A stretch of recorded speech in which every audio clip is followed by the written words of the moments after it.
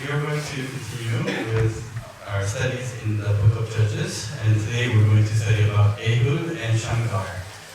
Ehud is the second judge, and last time we studied about the first judge, whose name was? Othniel. And then the second judge, Ehud, and the third is Shamgar. And our main passage is actually from verse 12 through all the way to 31, but we only read up to verse 15 because we are going to read together through the passage. And it says it begins with, now the sons of Israel again did evil in the sight of the Lord. By this time, are you sick of hearing this? You will keep on hearing this again and again and again and again. And just think about how sick and tired God must have been to see them. We get sick of it just by hearing them, but it was actually happening. And unbelievable. But the word again here is, in Hebrew, it means to increase or to add on to. So it's not just the same thing again, it's the intensity is getting stronger, and the sin is just getting worse and worse every time. So it continues to say again and again. So what's the problem this time? What's the problem? The problem, it says, so the Lord strengthened Eglon, the king of Moab, against Israel, because they had done evil in the sight of the Lord. And he gathered himself the sons of Ammon and Amalek, and he went and defeated Israel, and they possessed the city of the palms. The sons of Israel served Eglon, the king of Moab, 18 years. Do you remember last time the Rishan died? How long? 8 years. Now this time, 18 years. Okay? How long do you think next time will be? It doesn't go in a pattern, but probably longer. Why? Could it be relevant to the degree of their sins? Probably. Well, this time they had this new problem. Last time it was different king. Now it's king of Moab joining forces with Ammon and Amalek. These are all descendants of, we have learned, Genesis chapter 4. Esau, descendants of Ham, Ishmael, and Esau all put together here. Right?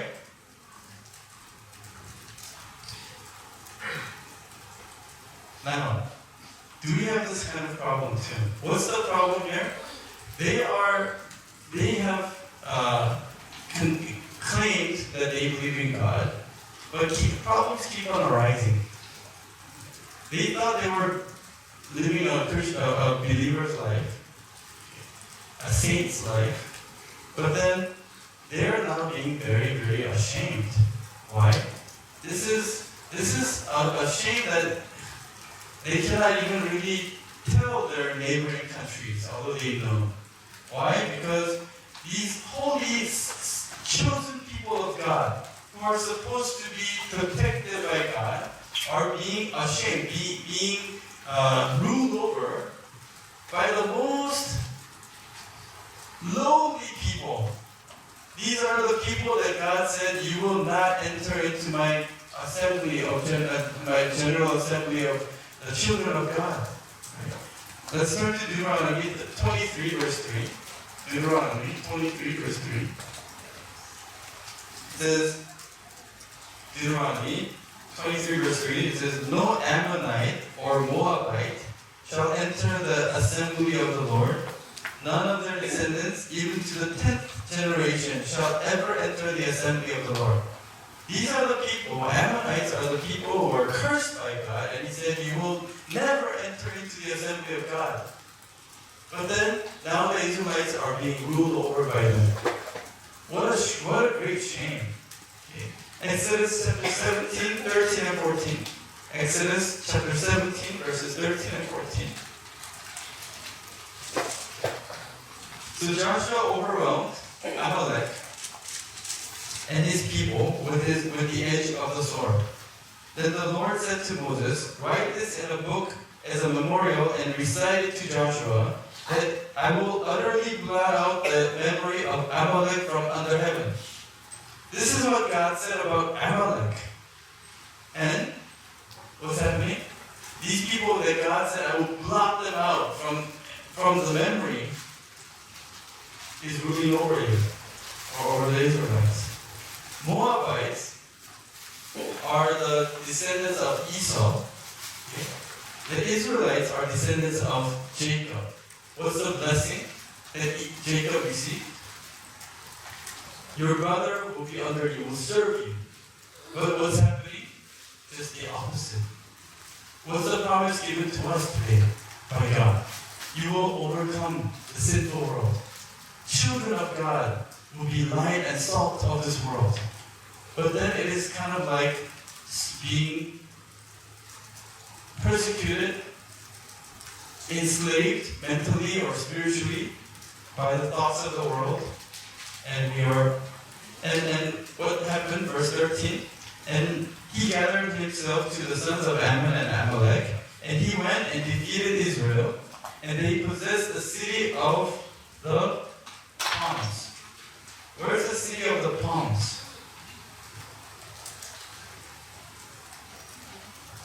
City of the palms. Let us turn to Deuteronomy 34, verse 3. Deuteronomy 34, verse 3. Deuteronomy 34, verse 3, it says, "And the Negev and the plain in the valley of Jericho, the city of palm trees, as far as Zoar." What's the city of palms? No? Jericho. Okay? The valley of Jericho, the city of palms, right? Jericho. What's so significant about Jericho? Jericho is the first entrance. It's God told them to keep it as a memorable place, so don't build another city. If you do, your firstborns will be judged. Right? And so God said, leave it as a ruin, so that you all can remember that this city is the entrance. It represents and reminds you of the great victory that God gave you. And after Jericho, or before Jericho, Joshua destroyed Amalek and came through Jericho. Now they're restoring Amalek, they're restoring Jericho. All the great defeats that we had. When I first came to believe in Jesus, I gave up my bad habit. I defeated my sinfulness. But then all those are coming back now. Right? In relation to our life. Do you have problems in your life? I wouldn't believe you if you said, "I don't have any problems." We all have problems. Sometimes people come to pastors or some people come to doctors for their physical problems or health problems. But oftentimes, more than you think, they want the pastor or the doctor to fix the present problem without revealing or revealing the cause of the problem. "Pastor, I have this problem. Can you pray for me?" Of course. But then you get down to the source of the problem. And we don't have to talk about that. I'm not trying to be nosy. And imagine you go to a doctor. "Doctor, I have this neck problem." The doctor says, "Okay, when do you not like that doctor?" There was a time when I used to visit a chiropractor quite often, and acupuncture because I had oftentimes had a lower backache, back pains. And many times I go and I want them to crack my back so it feels good and massage my back so that I don't have, that pain goes away. If you ever had back pain problems, how long will that last? Crack your back and massage your back, you feel good, how long does that last? Maybe one day, at the most 1 week. And that same problem comes right back. And so my chiropractor said, you have to fix your lifestyle. Stop sitting in front of your computer too long. And when you sit, you have to change your posture. I did not like that doctor, so I went to another one. Can you fix my problem? The doctor said, you have to change your posture when you stand and when you sit. I went to another. It never fixed until I realized, oh, maybe those doctors are right. I need to, the standard of my life. When the doctors or the pastor tells you you have to change the way you think or change the very way that you live your life, then you start not liking the pastor or the doctor. You start thinking about, maybe I should go to another pastor or another doctor. We don't like it when our standard needs to change. When the roots, when God tries to get down to the roots, and so we don't like to change our ways, but we still want the problem to be solved, and that becomes repetitive, and after repetition, it doesn't work anymore after a while. And when I fix this problem, my neck is fixed, but then there's another part of my back that starts to hurt. Okay? Same thing in our life. If the central cause of the problem is not fixed, there will be another problem coming after I fix this one. Do you understand what I'm trying to say? That's what the people of Israel were going through during the time of the judges. That's why they wanted to put a cast on my neck or on my back. Not a cast, but those, what do you call those girding things? Brace. And once I'm on the brace, I don't hurt, although it's very uncomfortable, right? But once the brace is out, after about a week, I'm hurting again. Why? And that brace is like the judges. When God sent the judges and tightened them down, they're okay. But when the judges go away or die, they're in pain again, with problems again. And so what happens? These naggings from God, judgments and punishments just become more repetitive and more frequent. But the actual problem did not go away. What was the actual problem? They continued to claim and deceive themselves that they have faith because they called upon the Lord, because they lifted up offerings to the Lord.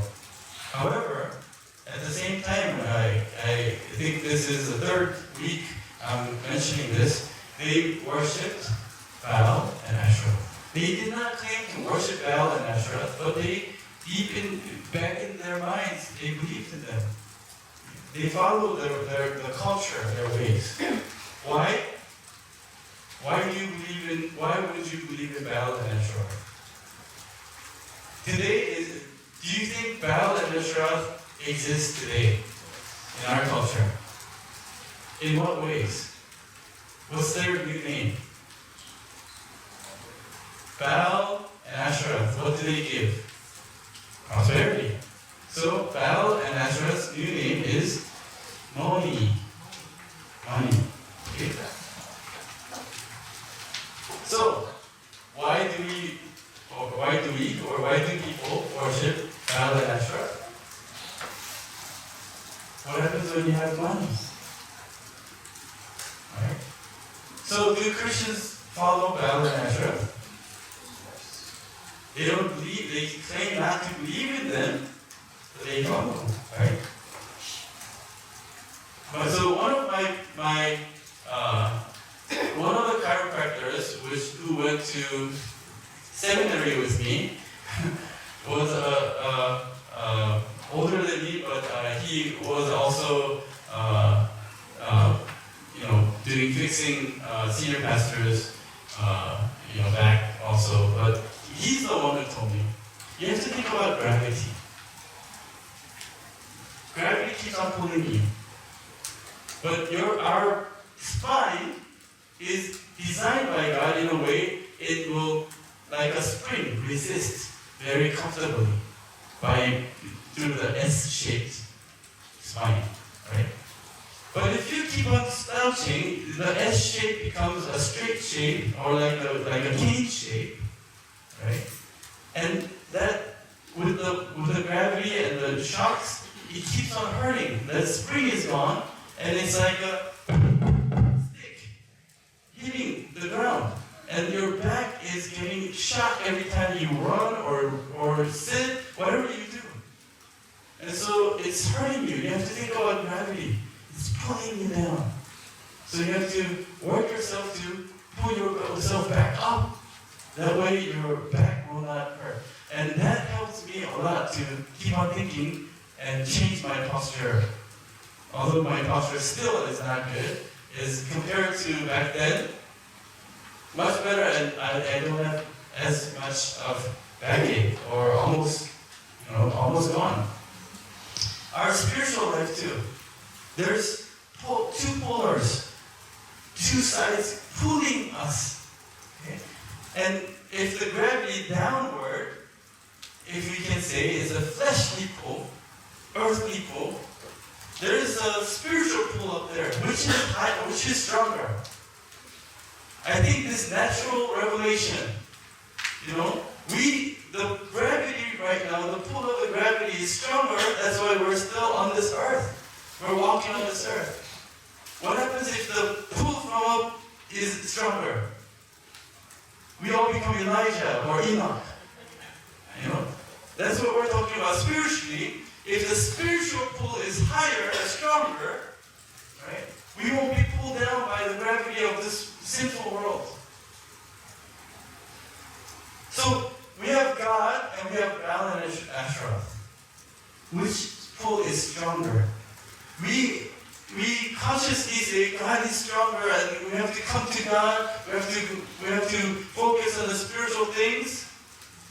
But then, if it's kind of like a rubber band, if you for just one moment let go, right, goes right back to the other side. That's ourselves. That's us.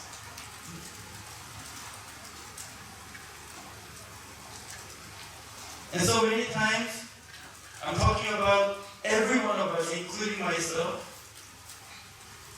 Sometimes, money or Baal and Asherah tries to compete with God and tries to go on top of or higher than God in my life. Many times we're serving God and money at the same time, with an excuse that money is something that we need in our life.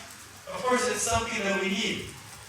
But do you know, and you can test yourself about this by asking yourself this similar question. We say we are earning money for what? Ourselves. For ourselves? Are we that honest? We say we earn money or we want to be rich, we want to win the lottery for what? For church? For the sake of doing God's work? Right? I heard some of you say, and I believe it's true, you work 6 days of the week so that you can honor God on the seventh day. Right? We work so that our life will not be in lack, so that we can comfortably do God's work. True? Is it true? You can answer to yourself. But what's the reason that most frequently people become dark and get troubled in church? Money. We say we are working for God, all that I have belongs to God, but when the pastor says, can you tithe? You become dark. When the church is gathering, building offering, people become dark. Do you know what majority of Jesus' parables were about? Jesus' teaching? You can count them. Majority, meaning more than 50%. I would even say more than 3/4 or 2/3 of Jesus' teachings are about money. Why? The Bible says, where your money is where your heart is, or your heart is where your money is. Right? Jesus is not talking about literal money, or he's not trying to gain money out of us, but he's saying, where is your heart? In the Old Testament, God continues to say, these people worship Baal and Asherah. Jesus in the New Testament says, you guys love money. Love of money is the root of all evil.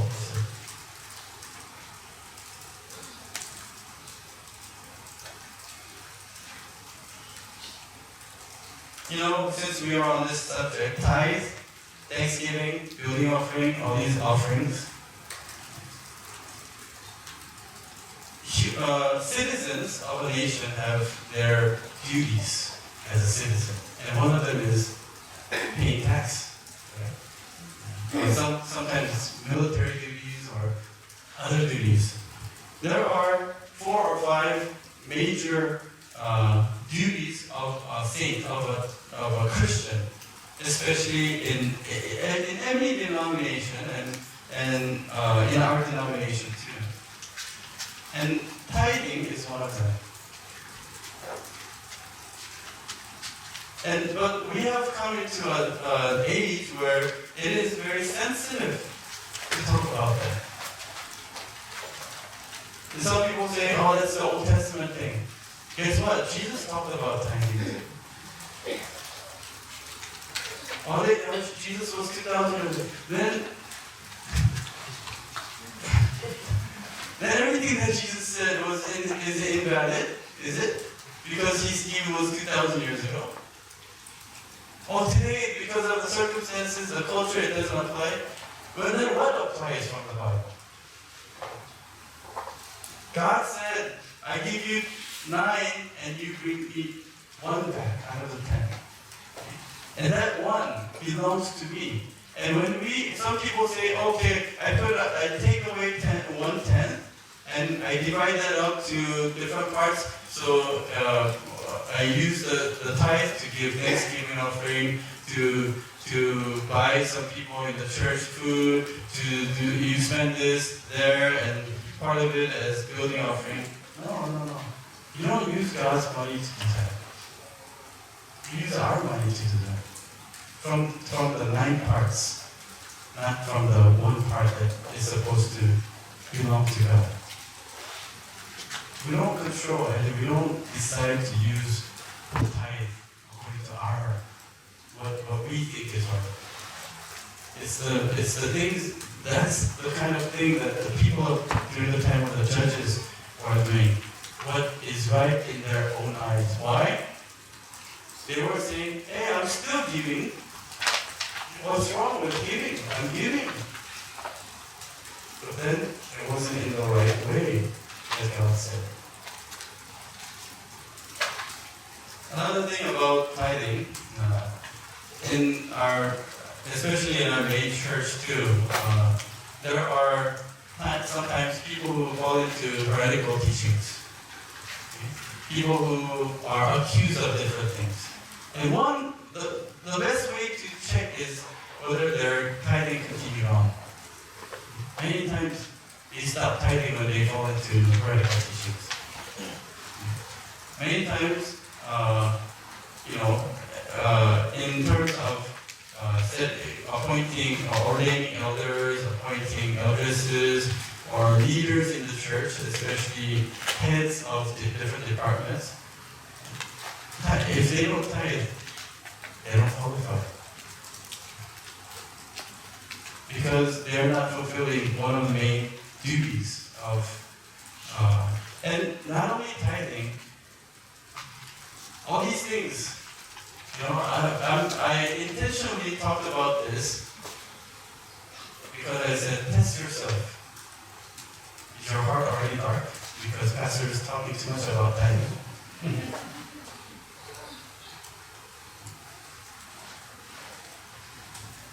Is money bothering you?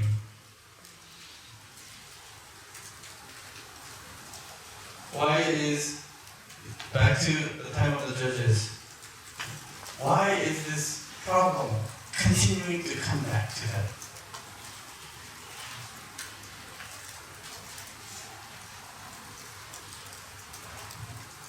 You know, in ministry, in our life of faith, did you notice that our problems and our issues cycle, go around and around, and come back? How long, what's the span? How long does it take for the same issue to come back to your life? Or do you not ever repeat it? Your issues never repeat? The things that used to bother me, I thought I took care of it, but then 6 months later it comes back. Or 1 year later it comes back. How long does it take? It keeps on coming back. Why? You know, kind of like my bad habit. I thought I got rid of it. I thought I got rid of gossiping about other people. I thought I got rid of lying to myself. I thought I got rid of this and that. But then it comes back. The Israelites in the wilderness, it was grumbling, right? Grumbling and complaining. Why? You know, it's not because they don't have a testimony. Right? It's not because they don't have quote-unquote faith. It's not because they don't believe in God. But it is because faith is not about just one testimony in your life. After the Red Sea parted, have you ever seen water part like that? Do you think if you see that happening, you will forever believe in God without sinning against Him? Right? I mean, you go to the beach, you go to the ocean, the sea, and you see the sea parting, and you can just walk across. If you can experience that, is your faith going to really become better? You think so? What about the Israelites? It only lasted 3 days until they grumbled again. Why? Is it because we don't have amazing experiences that God allows us to go through? God, is it, we say, wow, God is good, God is so good, but then a couple days later I'm grumbling again? Why? Why did they start grumbling? Again, because of their most basic needs, eating and drinking. Basically, because of money problem, my life situation. What's more important, sea parting or me having food to eat today or not? Right? If you saw a dead person come back to life, is that going to make your faith better?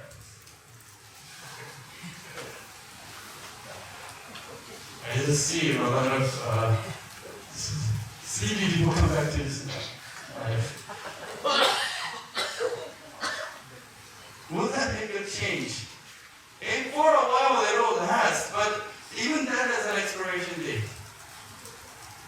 We have a tendency of forgetting. Why is it changing? All these judges, during the times of the judges, every judge has every period of each judge has amazing, miraculous testimonies where they cannot explain other than it must be God. But then they went right back to worshiping God and Ezra. Why? Again, because of the gravity. We're on this earth. Okay, that guy came alive. Okay, I believe that. But then, right now, I don't have food to eat. I don't have, my life is not comfortable. Yeah, I believe the sea was parted. I believe the dead guy rose up. But then, my life right now is not so comfortable.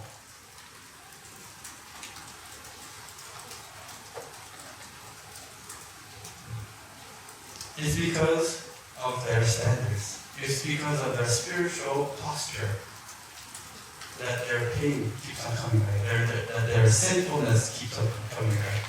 So we need to ask ourselves, what is my standard? What is the purpose of my life? Is it the same as what the world is telling me? What the world is telling me is, nowadays it's always been, but it's really hard to argue against this world to defend our faith. Because your argument is in a different level. So they lost everything. And so what does God do as an answer? This is God's solution to them. Okay? And so let us pray that God would give us a solution also. What was God's solution? God sent a guy named Ehud. Ehud means union or united. Okay? Problem with Ehud, he was from the tribe of Benjamin. According to 1 Samuel chapter 9, verse 21. Remember when King Saul was chosen to become the king? He was very humble back then. And he said, I am from the least of the tribes, which is the tribe of Benjamin. So this guy, Ehud, comes from the least of the tribes. And he had a defect in his body. What was the defect? He was a left-handed man. Anybody left-handed? Okay. I'm not trying to say you have a defect. Here, in this context, when it says he was left-handed, it means his right hand was withered, or right hand was not functional. So he could not use his right hand. That's why by default, he had to use his left hand. Now, if God were to save his people, Israelites, from three nations, Moab, Ammon, and Amalek. And for how long? 18 years. They were under their powers. If God were to save the Israelites from 18-year regime of three nations, what kind of person would you think God should send? Somebody like Thor, Captain America. I don't know, somebody who is, strategically very smart, diplomatically very talented, and he's militarily very, experienced. But this is a small little guy who cannot even use his right hand. Imagine a guy who cannot use his right hand and has to do everything with the left hand, saying, I come to save your nation. From the smallest, littlest, most insignificant tribe. Let's look at what happened. So we will continue on reading from verse 16. I'll read verse 15. But when the sons of Israel cried to the Lord raised up a deliverer. That's what a judge was, a deliverer for them. Ehud the son of Gera, the Benjamite, a left-handed man. And the sons of Israel sent tribute by him to Eglon, the king of Moab. Ehud made himself a sword which had two edges, a cubit in length. How long is a cubit? From here, from the tip of my finger to my elbow, about 45 centimeters. Okay? So he puts a dagger this long, okay, hides it under his thigh, and covers his garment over it. Now you can use your imaginations or your movie experiences. Okay? Think about this spy action. A right hand cannot use. Left hand guy puts a long dagger, sword. Okay? Long dagger, short sword. Okay? That had two edges, a cubit in length, and he bound it on his right thigh under his cloak. Think, why right thigh? He's left-handed, right? He he presented the tribute to Eglon, king of Moab. Now, Eglon was a very fat man. Can you think about a guy who's, right? Can you imagine this? Israel was so wicked or so sinful, so dumb, that they were ruled over by this non-active fat guy and cannot even deal with it. This fat guy represents the source of the problem that we are going through right now. Think about that. Okay? And God sends Ehud, a left-handed guy, a lefty, left-handed guy, to destroy this. Okay? Why not something better? Why not somebody better? Why not Thor? So he presented tribute to Eglon, king of Moab. Now Eglon was a very fat man. It came about when he had finished presenting the tribute that he sent away the people who carried the tribute. So I guess he came with people who carried the tribute. And I mean, just the fact that he's giving tribute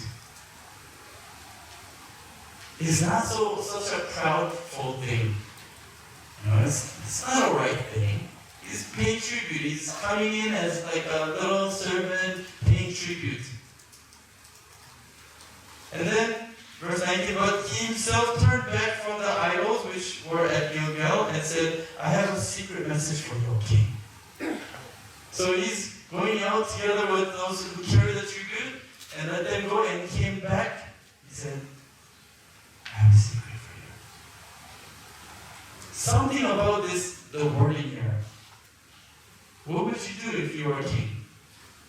If I went to, this week we're going to Philippines, I came back, and one of you come to my office and say, Pastor, I have a secret to tell you. Something happened while I was gone? I have a secret to tell you. Makes you wonder. So the king sent other people away, and he said, keep silence. Wow. You're thinking, the king Eglon is thinking, this is something special. This is something different. And all who attended him left him. Ehud came to him while he was sitting alone.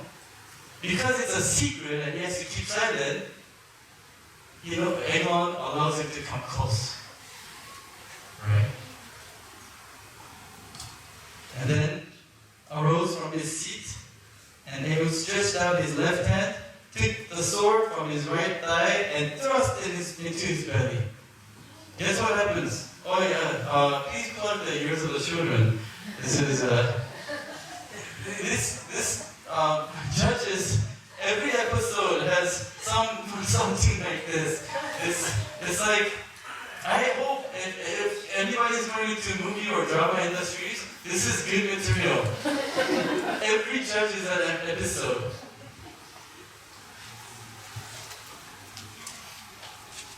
Thrust into his belly, the handle also went in after the blade. What happened? The fat sucked it up. And the fat of the belly, the flap of the belly covered it up. Basically ate up the blade and the handle.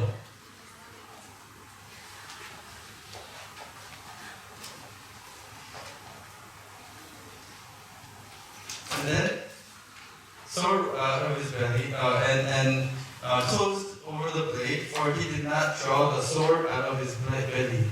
Probably this guy, I don't know how strong he must have been, but he pushed it in. He's like, oh! Couldn't draw it out because it sucked it in. Yeah, too bad. But nothing against overweight people, but I'm talking about this guy, Eglon. And the refuse came out. Okay? That means he's dead. Okay? He lost the ability, the strength to hold his bowels. Okay? Came out. Okay?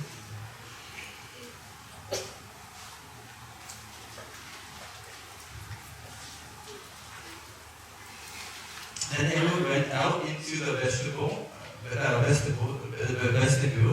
and shut the doors of the roof chamber behind him. So he went out the back way and locked them.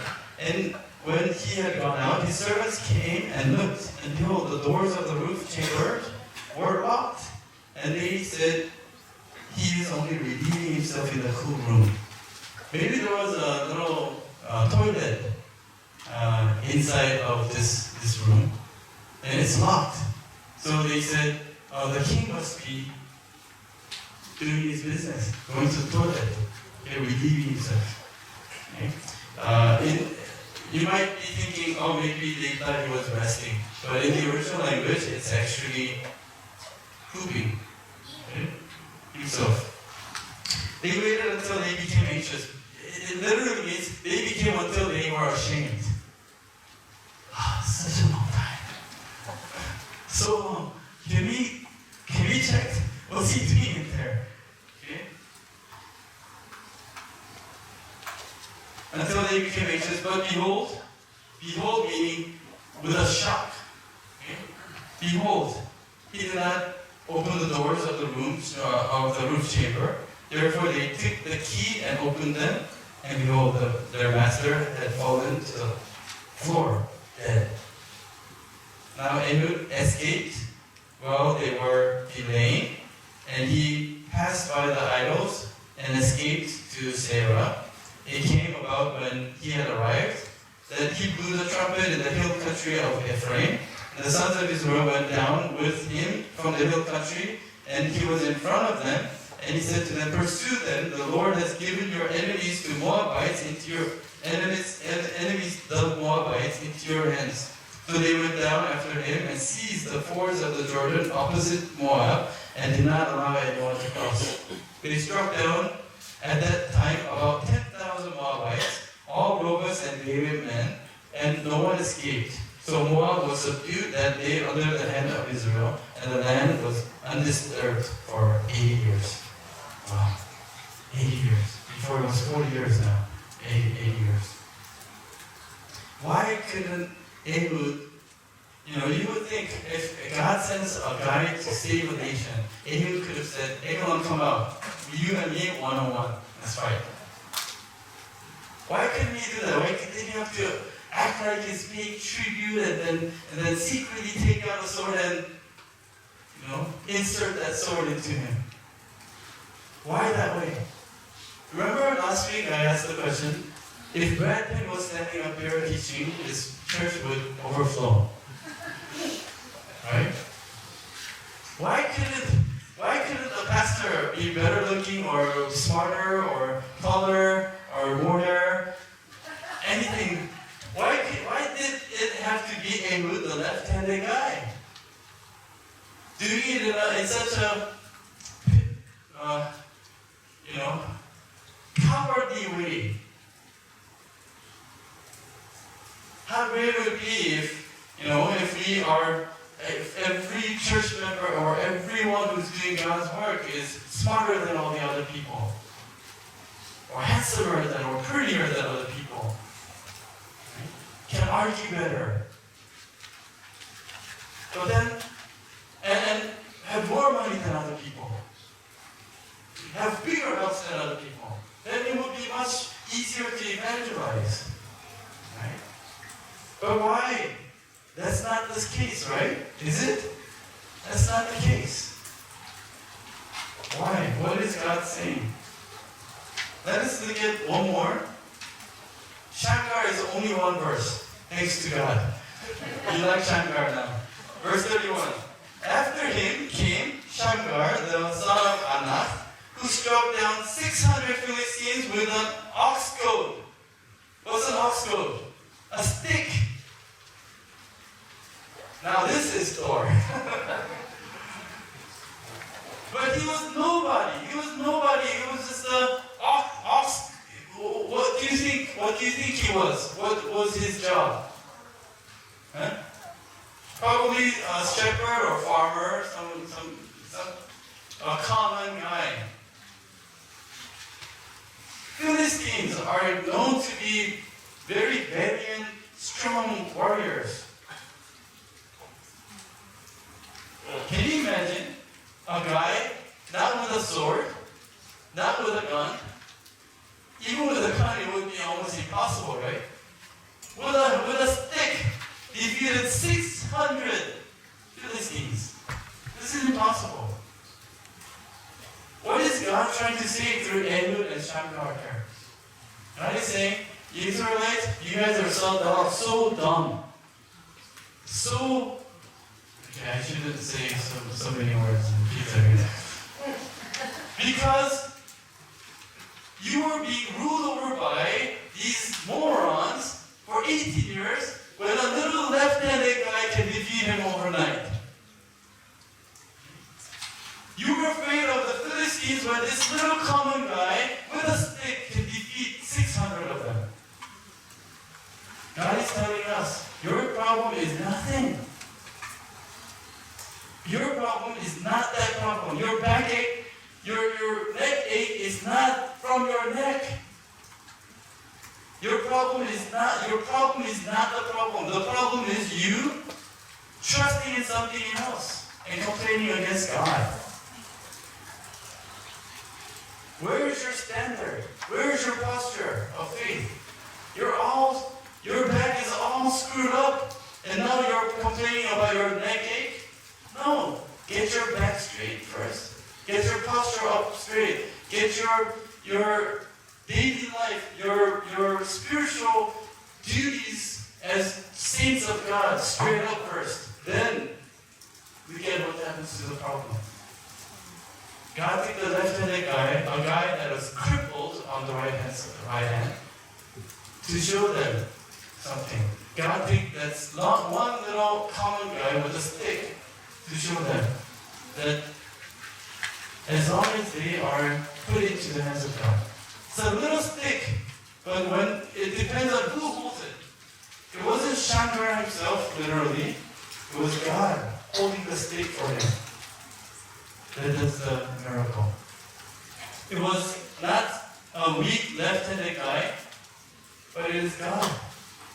When you trust in God, when your relationship with God, when your standards are set correctly, then the problem that had been around and bothering you for the last 18 years will go away overnight. Do you believe that? Let us turn to 1 Corinthians chapter 1, verses 27 and 28. 1 Corinthians chapter 1, 27 and 28. It says, "But God has chosen the foolish things of the world to shame the wise. God has chosen the weak things of the world to shame the things which are strong. And the base things of the world and the despised God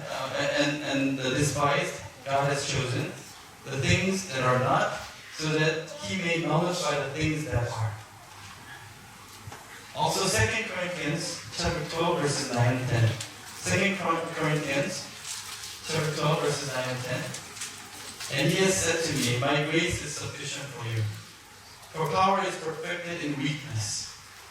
Most gladly, therefore, I will rather boast about my weaknesses, so that the power of Christ may dwell in me. Therefore, I am well content with weaknesses, with insults, with distresses, with persecutions, with difficulties for Christ's sake. For when I am weak, then I am strong." We are the enemies that God has chosen in this end time. We may seem like we're only halfway. Our intelligence may be 50%. We may not be able to use our right hand. But God chose us, the weak ones.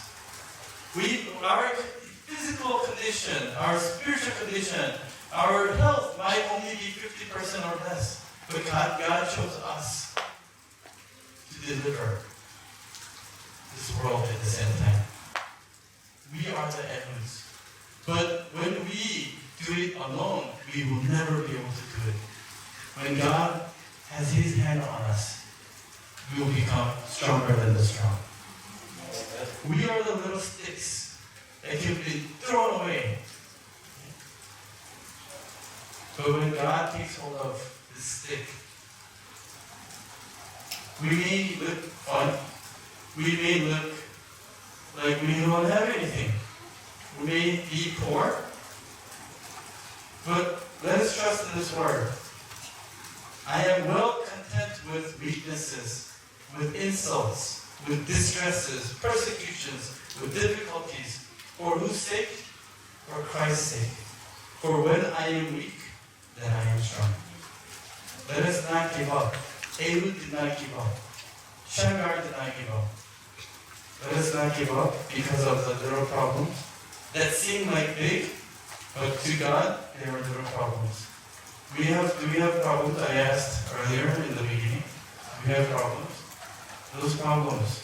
Let us not focus on those problems. Let us focus on the one who can take away the problems. Let us pray. Dear Heavenly Father, we thank you for teaching us through Ehud and Shamgar. Father, we are just like them. We are not superheroes. We are not so smart or so rich or so anything. Rather, we are weak. We're not smart enough sometimes. We're not healthy enough. We're not rich enough. But Father, at least we want to make ourselves available for you, so that your right hand can grab hold of us. Even though we might be left-handed, if your right hand holds up, or takes hold of my left hand and uses it, we become your right hand. So Father, save us from our problems and issues. They have been bothering us for the last 8 years, last 18 years, last 20 years, Father, or more. But we believe when you decide to deliver us from that problem, you will make it go away at once. So Father, help us. Help us to be saved. Father, there are things that are bothering us, making us dark. Persecutions and insults, and different things that come from the bottom of our hearts. Father, take that away from us and help us to be able to worship you with joyful heart and give thanks to you. We want to lift up our thanksgiving through this offering today. We pray that you may receive and may your name be glorified. We ask all these things in the name of our Lord Jesus Christ with thanksgiving.